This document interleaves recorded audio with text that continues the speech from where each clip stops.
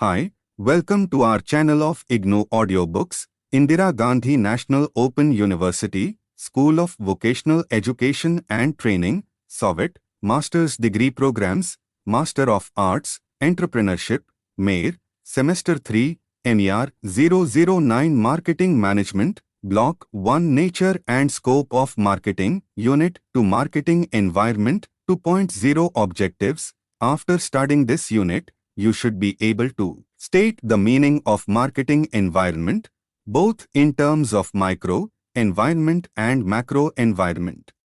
Explain the marketing environment in India, narrate how the environment affects marketing decisions, describe the government regulations in India which have implications for marketing decisions. 2.1 Introduction. Marketing functions are to be carried out in a given environment. Even the marketing opportunity has to be scanned and identified by carefully observing the environment. The marketing mix is also decided in the context of a given marketing environment. Though marketing managers cannot control the forces in a marketing environment, they must take them into account when making marketing decisions. While formulating the marketing strategies, the marketers must closely observe the environment in which they are functioning. In this unit, you will study the factors that constitute the marketing environment and the marketing environment in India. You will also study how various acts and statutes influence the marketing decisions in India. 2.2 What is marketing environment? Marketing activities are influenced by several factors inside and outside a business, fin. These factors or forces influencing marketing decision-making are collectively called marketing environment. It comprises all those forces which have an impact on market and marketing efforts of the enterprise. According to Philip Kotler, marketing environment refers to external factors and forces that affect the company's ability to develop and maintain successful transactions and relationships with its target customers. For example, the relevant environment to a car tire manufacturer may be the car manufacturers and buyers, the tire manufacturing technology, the tax structure, imports and export regulations, the distributors, dealers, competitors, etc. In addition to these, the company may have to consider its internal environment in terms of finance, purchasing, accounting, manufacturing technology, R&D, top management, etc. However, this internal environment is controllable to a large extent. The external environment becomes important due to the fact that it is changing and there is uncertainty.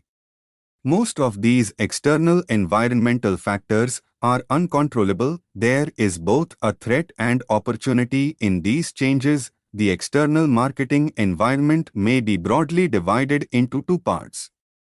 1. Micro-environment. 2. Macro-environment. Micro-environment refers to the company's immediate environment, that is, those environmental factors that are in its proximity. They include the company's own capabilities to produce and serve the consumer needs, the dealers and distributors, the competitors, and the customers. These are also the groups of people who affect the company's prospects directly. Macro environment refers to those factors which are external forces in the company's activities and do not concern the immediate environment. Macro environment are uncontrollable factors which indirectly affect the concern's ability to operate in the market effectively. These include demographic, economic, natural, technological, political and cultural forces. The influence of these factors are indirect and often take time to reach the company. Look at Figure 2.1 carefully, which presents these forces. Figure 2.1 Marketing environment. The forces in the outer circle may be taken to constitute the macro environment and those in the inner circle as the micro environment of a company. 2.2.1 Micro environment. Micro-environmental factors which influence the marketing decisions of the company are 1. Organization's internal environment, 2. Suppliers, 3. Marketing intermediaries, 4. Competitors, and 5. Consumers. Let us now study about each of these factors. Briefly, organization's internal environment.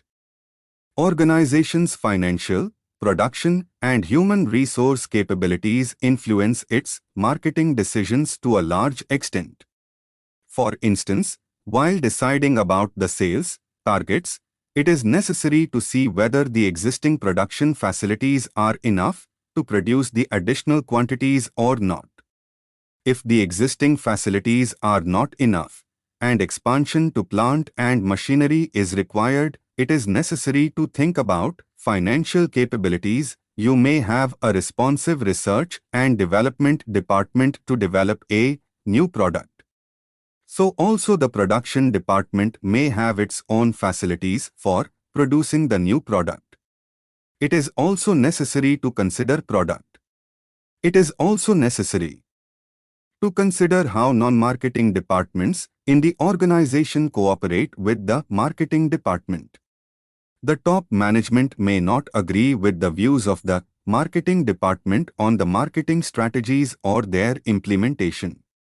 Besides, the marketing department must work in close cooperation with the other departments, especially control and production departments. Sometimes it is the sales force that must bear the major task in the strategy. Suppliers, for production of goods or services, you require a variety of inputs. The individuals or firms who supply such inputs are called suppliers. Success of the marketing organization depends upon the smooth and continuous supply of inputs in required quantities on reasonable terms. Hence, suppliers assume importance. The timely supplies of specified quality and quantity makes the producer to keep up the delivery schedule and the quality of the final product. The dependence on the supplier is naturally more when the number of suppliers is more. During periods of shortages, some suppliers may not supply materials on favorable terms. Each supplier may negotiate his own terms and conditions depending upon the competitive position of his firm. Some suppliers, for example, expect payment in advance and goods are supplied on the basis of a waiting list, whereas others may be ready to supply on credit basis. Intermediaries. Normally, it is not possible for all the producers to sell their goods or services directly to the consumers. Producers use the services of a number of intermediaries to move their products to the consumers. The dealers and distributors, in other words the marketing intermediaries, may or may not be willing to extend their cooperation. These persons normally prefer well-established brands. Newcomers may find it extremely difficult to find a willing dealer to stock his goods. From newcomers they may demand favorable terms by way of discount, credit, etc., and the producer may find it difficult to satisfy them. There are also other intermediaries like transport organizations, warehousing agencies, etc., who assist in physical distribution. Their cost of service, accessibility, safe and fast delivery, etc. often influence the marketing activities. Competitors pose competition. Competitors' strategies also affect the marketing decisions. Apart from competition on the price factor, there are other forms of competition like product differentiation. There are also competitors who use brand, name, dealer network, or close substitute products as the focal point. Their advertising may present several real or false attributes of their product. If one advertises that his product has an imported technology, the other may say that he is already exporting his product. Competitors' strategies sometimes may change an opportunity in the environment into a challenge. Customers. There are many types of customers. A firm may be selling directly to the ultimate users, consumers, the resellers, the industries, the government or international buyers. It may be selling to any one or all of these customers. Each type of consumer market has certain unique characteristics, and the marketer should be fully acquainted with the art of persuading and selling to these consumers. The environment presented by customer profile will have a direct influence on these marketing activities.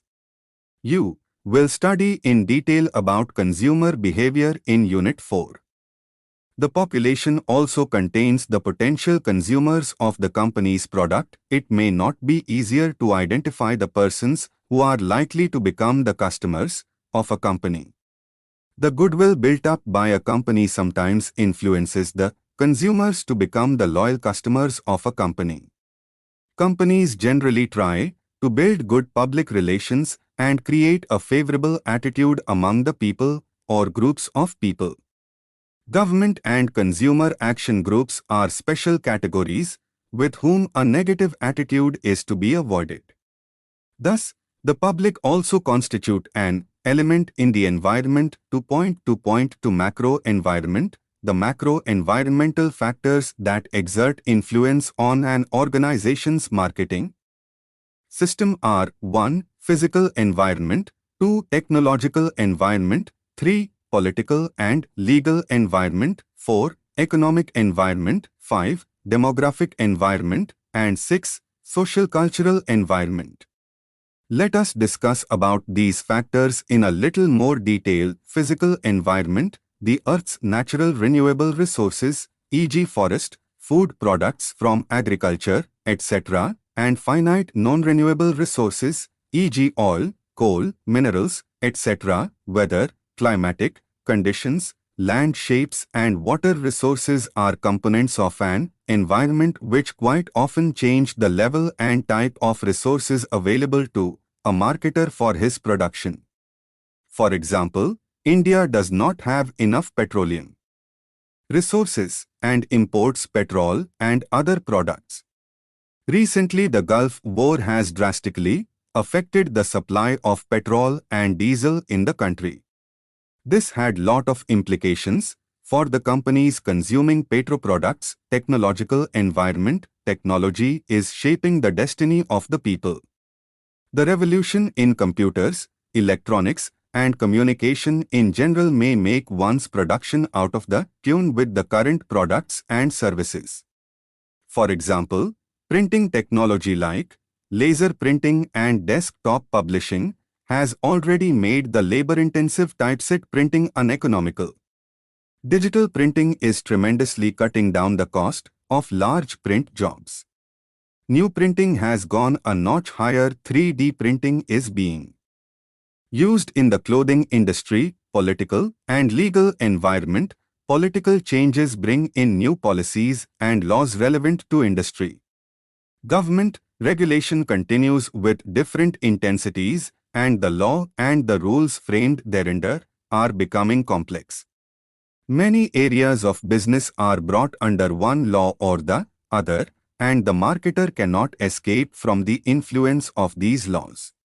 The tax laws, the sales tax, excise duty, octroi, income tax, etc., have direct bearing on the costs and prices of the products and services marketed. So also the policies relating to imports and exports. Since these factors affect all the units, they do not affect a single marketer alone. These are considered as the forces in the macro environment. Economic environment. Under economic environment, a marketing manager generally studies the following factors and trends. I. Trends in gross national product and real income growth. 2. Pattern of income distribution. 3. Variations in geographical income distribution and its trends. 4. Expenditure pattern and trends. V. Trends of consumer savings and how consumers like to hold their savings. I. Either in the form of bank account, investments in bonds, added securities, purchase of real estate, insurance policies, or any other assets. 6. Borrowing pattern, trends and governmental and legal restrictions, and 7. Major economic variables, example, cost of living, interest rates, repayment terms, disposable income, etc. These factors determine the purchasing power, along with savings and credit availability. Study and knowledge of economic forces is essential for preparing effective marketing plans. No firm is immune to economic forces, although some are less vulnerable than others.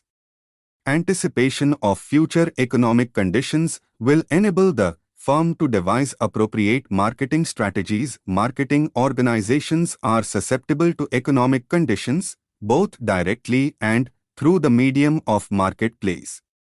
Economic conditions affect marketing directly because such organizations are themselves a part of marketplace. For instance, the cost of all inputs positively respond to upward swing of economic condition. This will affect the output price and consequently affect the sales. The effect on marketplace consumers also influences the marketing through changes in consumer habits. This is an indirect influence. For example, in the event of spiraling prices, consumers often curtail or postpone their expenditures for luxury products. Conversely, during times of relative affluence, consumers are much less conscious of small price differences and would buy luxury products. Demographic environment. Marketers are keenly interested in the demographic characteristics such as the size of the population, its geographical distribution, density, mobility trends, age distribution, birth rate, death rate, the religious composition, etc. The changing lifestyles, habits, and tastes of the population have potentials for the marketer to explore. For example, when both husband and wife go for jobs, the demand for gadgets that make housekeeping easier and the semi-cooked food products increase. Sociocultural environment. There are core cultural values which are found stable and deep-rooted and hence change very little. There are also secondary cultural values which are susceptible to fast changes. Some of them, like hairstyles, clothing, etc., just fade. Even in a given culture, the entire population may not adopt the changes. There are different degrees with which people adopt them. Religion is also an important component of culture which has implications for the marketer. For example, Hindus worship the cow and do not eat beef. So the products made out of beef meat do not have demand. Thus, the culture of the society influences the consumption pattern to a certain extent, also pervades other human activities by determining their values and beliefs. Figure 2.1a Marketing environment at a glance. 2.3 Relevance of environment in marketing. You have studied that the marketing environment of a company comprises a variety of forces. Most of these forces are external to the company and may not be controllable by the marketing executives of the company. So the marketing system of the company has to operate within the framework of these ever-changing environmental forces. This uncertain marketing environment offers both opportunities and shocks and threats. Therefore, it is necessary for a company to scan the changing environment continuously and change the marketing mix strategies in accordance with the trends and developments in the marketing environment. The company responds to these environmental factors and forces by its policies, depending on its own capabilities, particularly the finance, sales force, and technical facilities. Among all these environmental factors, some of them may be controllable by the organization to some extent, and others may be uncontrollable. Macro environmental factors are totally uncontrollable by the firm, whereas micro environmental factors may be controlled to some extent. For instance, organizations' internal environment can be controlled by the firm to a large extent. Similarly, The firm can exert some influence on suppliers, dealers and distributors by offering liberal terms. And through its advertising effort, a firm can influence the prospective and present consumers. Each aspect of the environment has some relevance in marketing. It is easy to imagine how various environmental factors affect the demand and supply, the distribution and promotional policies, etc. For example, with the oil crisis there will be demand for more oil-efficient machines. Similarly, the popularity of computers will create demand for more computer operators, programmers, voltage stabilizers, etc. The following benefits of environment scanning have been suggested by various authorities. It creates an increased general awareness of environmental changes on the part of management. It guides with greater effectiveness in matters relating to government. It helps in marketing analysis. It suggests improvements in diversification and resource allocations. It helps firms to identify and capitalize upon opportunities rather than losing out to competitors. It provides a base of objective qualitative information about the business environment that can subsequently be of value of designing the strategies. It provides a continuing broad-based education for executives in general and the strategists in particular. 2.4 Marketing environment in India. India is a vast country populated by more than 138 crore people. Its unique feature is its diversity of religions, languages, social customs, regional characteristics, which is both a boon and a bane for the marketer. Boon because there is tremendous scope for a wide variety of products and services to be successfully marketed, and a bane because the marketer often needs to adapt his marketing strategy to suit different tastes and values. There are marketers who may find that the Indian environment is full of profit potential. It means that there are buyers for anything one may produce and there is market for everything. There are others who take a somewhat pessimistic view by considering the poverty and shortages of requisite inputs. However, one can confidently say that the market is vast, quality consciousness among consumers is increasing, and there is demand for new and improved products and services, and these trends may continue for a long time. Despite 74 years of independence, India is still dominated by villages and almost 65% of population is located in the rural areas. But these rural areas are today enjoying the fruits of the Green Revolution, and the purchasing power of the rural population is increasingly demanding attention from the marketer who had so far concentrated only in urban areas. No doubt the urban areas with their concentration of numbers and market potential are the priority target markets, but a firm which wants to ensure its future survival must start making inroads into the rural market well. Government expenditure on rural development has increased the purchasing power of the rural public. Improvements in transport, communication, literacy, etc. have made many new markets accessible. The capacity to see the opportunity and work out an appropriate marketing strategy can open the doors to the marketers. There are a large number of companies, public sector undertakings, factories, and small-scale units, all of which comprise the organizational consumers operating in the country. While the public sector usually follows a bureaucratic, long-winded, and time-consuming procedure for making even the smallest purchase, the private sector decision-making is relatively quicker and free of procedures. If you are marketing your products, services to both the public and private sectors, you may like to think about having separate marketing organizations for them. Another major difference between the public and private sector is in the timing of the purchase decision. The public sector companies have an annual budget sanctioned to them. by the government, and the money from this is used for purchasing a variety of products.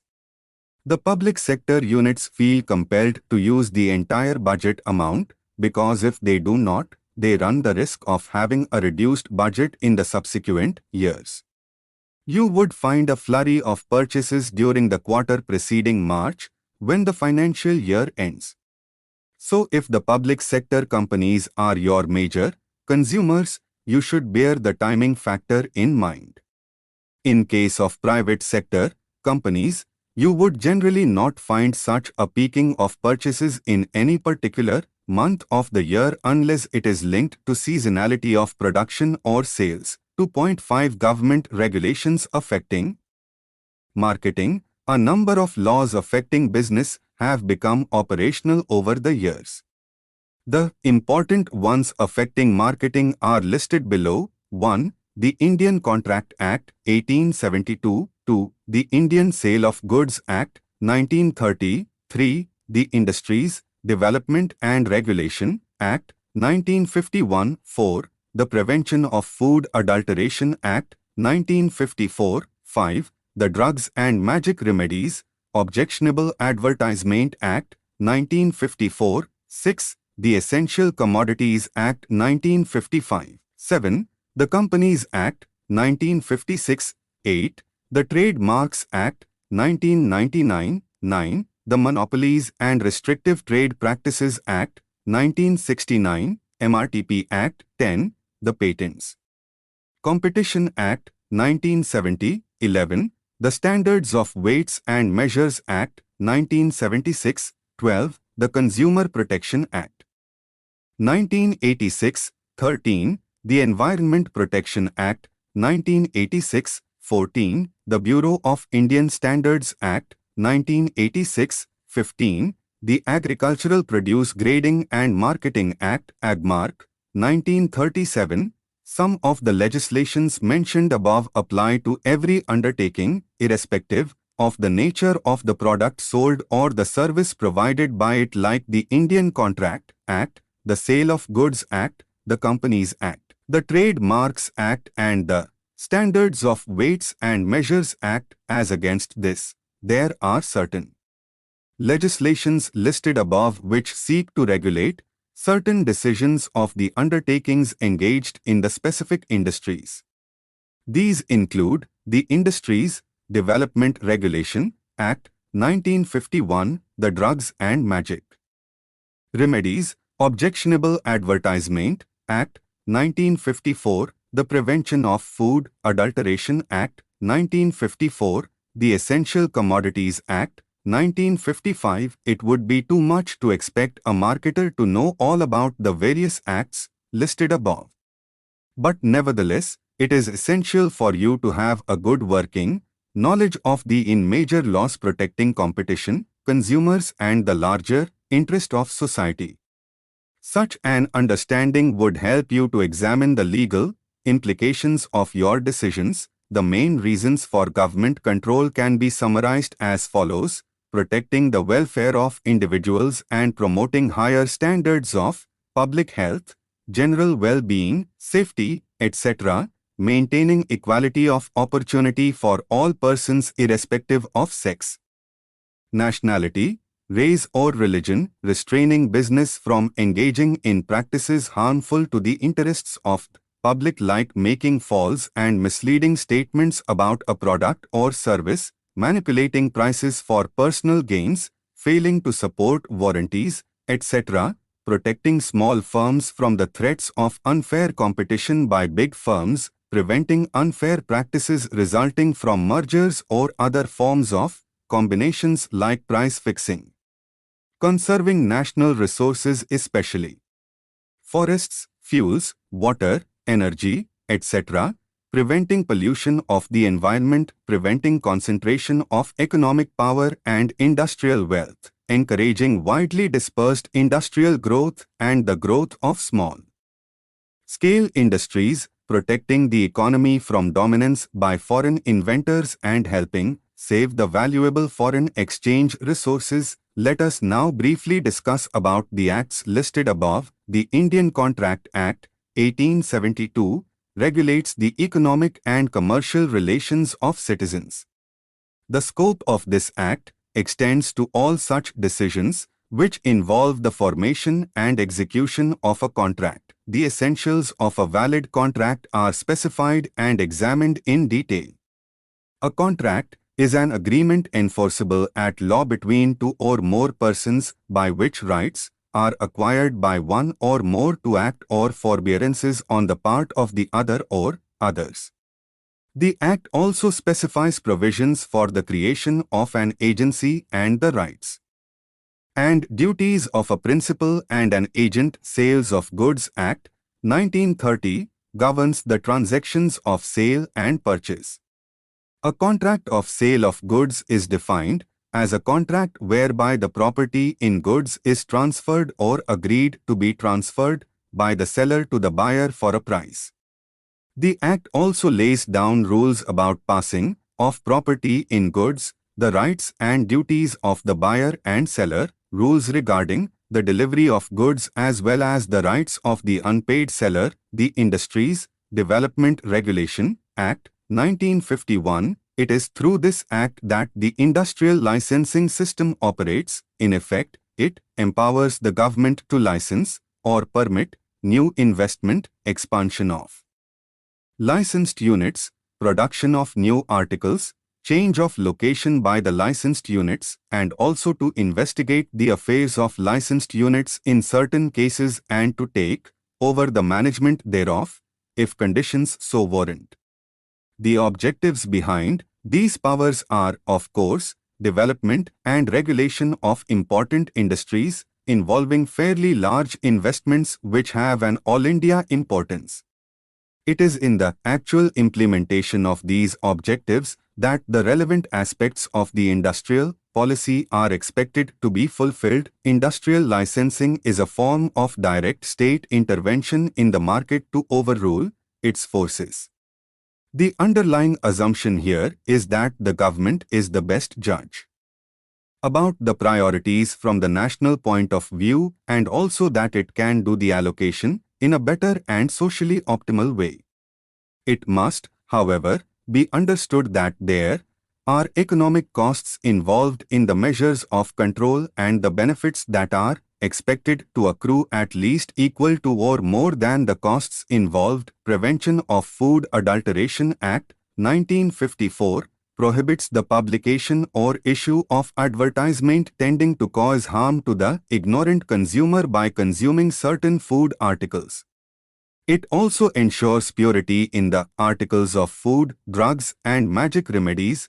Objectionable Advertisement Act, 1954. This Act prohibits the publication or issue of advertisements tending to cause the ignorant consumers to resort to self-medication with harmful drugs and appliances. Advertisements for certain drugs for preventing diseases and disorders like epilepsy, prevention of conception, sexual impotency, etc., are also prohibited.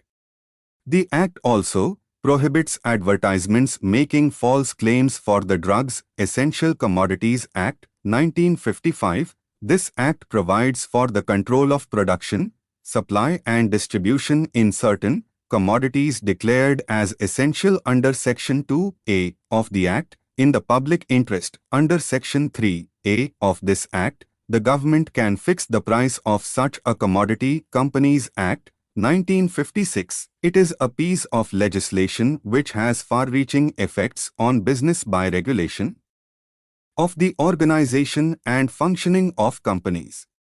With more than 650 sections, it is one of the longest legal enactments. It is meant to regulate the growing uses of the company system as an instrument of business and finance and possibilities of abuse inherent in that system. Trademarks Act, 1999. It deals with the trade and merchandise marks registered under this Act. A mark includes a device, brand, heading, label, ticket, name, signature, word, letter, numeral, shape of goods, packaging or combination of colors or any combination thereof. A trademark is a distinctive symbol, title or design that readily identifies the company or its product. The owner of the trademark has the right to its exclusive use, and the Act provides legal protection against infringement of this right. A trademark is registered for a maximum period of 10 years and is renewable for a similar number of years each time the period of 10 years expires. However, no such trademark should be used which is likely to be deceptive or confusing, or is scandalous or obscene, or which hurts the religious settlements of the people of India. Monopolies and Restrictive Trade Practices Act, 1969, MRTP Act. This Act provides for the control of monopolies, for the prohibition of monopolistic, restrictive and unfair trade practices, and for matters connected therewith or incidental thereto. It may be of interest for you to know that the first country to pass such a legislation was the United States, which has a free enterprise system. There, such an act was passed as far back as 1890 and is called the Sherman Antitrust Act. But, so far as the United Kingdom is concerned, it was only in 1948 that the Monopolies and Restrictive Practices Inquiry Control Act was passed. In 1956 and 1964 two more acts were added, viz. Restrictive Trade Practices Act and Resale Prices Act, respectively. Our Act is modelled on the lines of the above three acts. Patents Act, 1970. Provisions of this Act are attracted especially where the company intends to produce patented products. A patent is the exclusive right to own, use and dispose of an invention for a specified period. The patent is granted by the Central Sovereign, 10007. The first inventor or his legal representative. Standards of Weights and Measures Act, 1976. This Act specifies the quantities in which products can be packed. The products covered include bread, butter, cheese, biscuits, cereals and pulses, cigarettes, cigar, cleaning and sanitary fluids, cleaning power, condensed milk, tea, coffee, cooking oils, cosmetics, honey, ice cream, jams, sauces, milk powder, soaps, spices, toothpaste, etc. Consumer Protection Act, 1986, Consumer Protection Act, 1986, as amended by the Consumer Protection Amendment Act, 2002, is the latest addition to the list of the legislation's regular marketing decisions in India. The Act is in addition to and not in derogation of the provisions of any other law which influence marketing decisions. The Act is intended to provide better protection of the interests of consumers and for that purpose make provision for the establishment of Central Consumer Council, State Consumer Councils, District Consumer Councils and other authorities for the settlement of consumers' disputes and for matters connected therewith. The Act has sharper teeth. One of the weaknesses of earlier legislations was the confusion regarding the burden of proof. They never made it sufficiently clear whether the onus of proof rested with the manufacturer, the trader or the consumer. This Act establishes a landmark in the sense that for the first time the onus has been shifted to the manufacturer and the seller. Besides, no court fee is payable. Also, the aggrieved consumer can himself argue his case. Moreover, decision has to be dispensed within a given time frame, 3 months, where no testing is required, and 5 months where testing of the goods complained of is required. The Act provides the consumer the right to be protected against marketing of goods which are hazardous to life and property, to be informed about the quality, quantity, potency, purity, standard and price of goods, thereby protecting the consumer against unfair trade practices.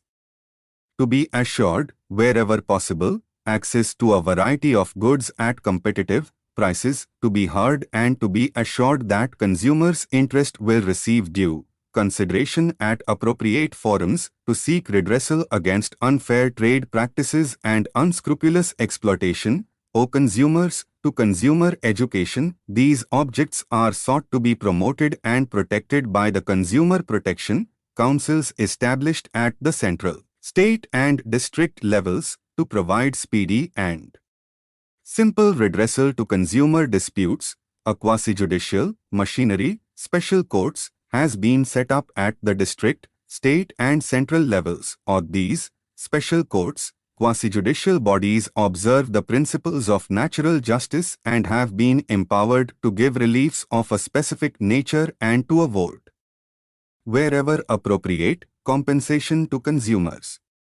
Penalties for non-compliance of the orders given by the quasi-judicial bodies, special courts, have also been provided. Environment Protection Act, 1986, it provides for the protection and improvement of ENVI hazards to human beings, other living creatures, plants and property. Environment includes water, air and land and the interrelationship existing between them and the human beings, living creatures, plants, etc. Any solid, liquid or gaseous substances present which may tend to be injurious to environment is an environmental pollutant and the presence thereof is pollution. The present enactment covers not only all matters relating to prevention, control and abatement of environmental pollution but also powers and functions of the central government and its officers in that regard and penalties for committing offences. Bureau of Indian Standards Act, 1986, provides for the establishment of a bureau for the harmonious development of the activities of standardization, marking and quality certification of goods and for matters connected therewith or incidental thereto. It has been provided that the Bureau of Indian Standards will be a body corporate and there will be an executive committee to carry on its day-to-day activities. Staff, assets and liabilities of the Indian Standards Institution will perform all functions of the Indian Standards Institution. It has also been stipulated that access will be provided for to the Bureau's standards and certification marks to suppliers of like products originating in General Agreement on Trade and Tariff, GATT, Code, countries. The Act does not make any change in existing law except to provide a new forum for deciding the cases effectively and without delay. When the Indian Standards Institution was established in 1947, the industrial development in the country was still in its infancy. Since then there has been substantial progress in various sectors of the Indian economy and hence the need for a new thrust to be given to standardization and quality control. A national strategy for according appropriate recognition and importance of standards is to be evolved and integrated with the growth and development of production and exports in various sectors of the national economy. The public sector and private sectors, including small-scale industries, have to intensify efforts to produce higher standard and quality goods to help in inducing faster growth, increasing exports and making available goods to the satisfaction of the consumers. It was to achieve these objectives that the Bureau of Indian Standards has been set up as a statutory institution. Agricultural Produce Grading and Marketing Act, AGMARC, 1937. This Act provides for grading and standardization of agricultural commodities. The main commodities graded are vegetable oil, ghee, cream, butter, eggs, wheat, flour, rice, cotton, gur, madge, honey and ground spices. The graded goods are stamped with the seal of the Directorate of Agriculture, Marketing and Inspection, Ministry of Rural Areas and Employment, AGMARC. The seal is an assurance of quality and purity to the buyers of the agricultural products. In case AGMARC goods are found to be of poor quality or defective, the consumer can complain to the Agriculture Marketing Advisor at Directorate of Marketing and Inspection. Defective goods are replaced now of cost or money refunded. With amendments of 1986, There is now a Provision 10 penalty for misgrading and counterfeiting grade. Designation mark, imprisonment up to 6 months, and fine not exceeding 5,000 rupees. Consumer authorized to draw samples for testing. Government agencies. To enforce the laws, the government has established a number of regulate like the Bureau of Industrial Costs and Prices, the MRTP Commission. The Bureau of Industrial Costs and Prices was established by the government in 1971 to conduct inquiries about industrial products and recommended prices. The Agricultural Prices Commission was set up in January 1965 to advise the government on pricing policies for agricultural commodities. The government has also framed rules like the Prevention of Food Adulteration Rules 1955 and the Standards of Weights and Measures, Packaged Commodities, Rules 1977 to enforce the provisions of the related acts. Enforcement of these acts is the responsibility of the central and the state government. The MRTP Commission has been established by the government under Section 5, the MRTP Act, 1969. The Commission may inquire into a. Any restrictive trade practice, b. Any monopolistic trade practice, and c. Any unfair trade practice. In the case of restrictive and unfair trade practice, the Commission may proceed I. Upon receiving a complaint of facts which constitute such practice from an trade association or from any consumer or a registered consumers association, whether the affected consumer is a member of that consumers association or not. 3. Upon a reference made to it by the central government or a state government, or 3. Upon an application made to it by the Director General, or 4. Upon its own knowledge or information. In the case of monopolistic trade practice, however, the Commission may proceed I. Upon a reference made to it by the central government, or 2. Upon a reference made to it by the DGR, or 3. Upon its own knowledge or information. In respect of complaints received from a consumer, registered consumers association and trade associations directly, the MRTP Commission has to make a preliminary investigation through its Director General of Investigation to satisfy itself that the complaint deserves a full-scale inquiry. Public interest groups have also grown up during the last 2 decades or so. These groups try to influence both government as well as business to pay more attention to consumer rights. They even take the matter to a law court to get justice to affected consumers against unfair dealings on the part of business enterprises. 2.6 Marketing implications of some regulations. The objective of MRTP Act, as amended by the Amendment Act 1991, is to curb monopolistic, restrictive and unfair trade practices, and these have relevance from the point of view of decision-making with respect to 4 Ps of the marketing mix. If the Consumer Protection Act becomes effectively enforceable, it would be really difficult for marketers to ignore the interests of consumers in taking decisions about different components of the marketing mix. The Industries Development Regulation Act also is one of the major economic laws of the country which has been designed to regulate the industrial activity. Certain legislations which affect marketing decisions like the Indian Contract Act 1972, the Sale of Goods Act 1930, the Companies Act 1956, the Trademark Act 1999 and the Bureau of Indian Standards Act 1985 apply to every undertaking, irrespective of the nature of product sold or service rendered. As against these, there are other laws which seek to regulate marketing decisions of undertakings engaged in specific industries only. Some of these are the Industries Development Regulation Act 1951, the Prevention of Food Adulteration Act 1954, the Drugs and Magic Remedies, Objectionable Advertisements Act 1954, the Essential Commodities Act 1955, and the Sales Promotion Employees, Conditions of Service Act 1976, all these acts, thus, affect decision-making in relation to different elements of the marketing mix.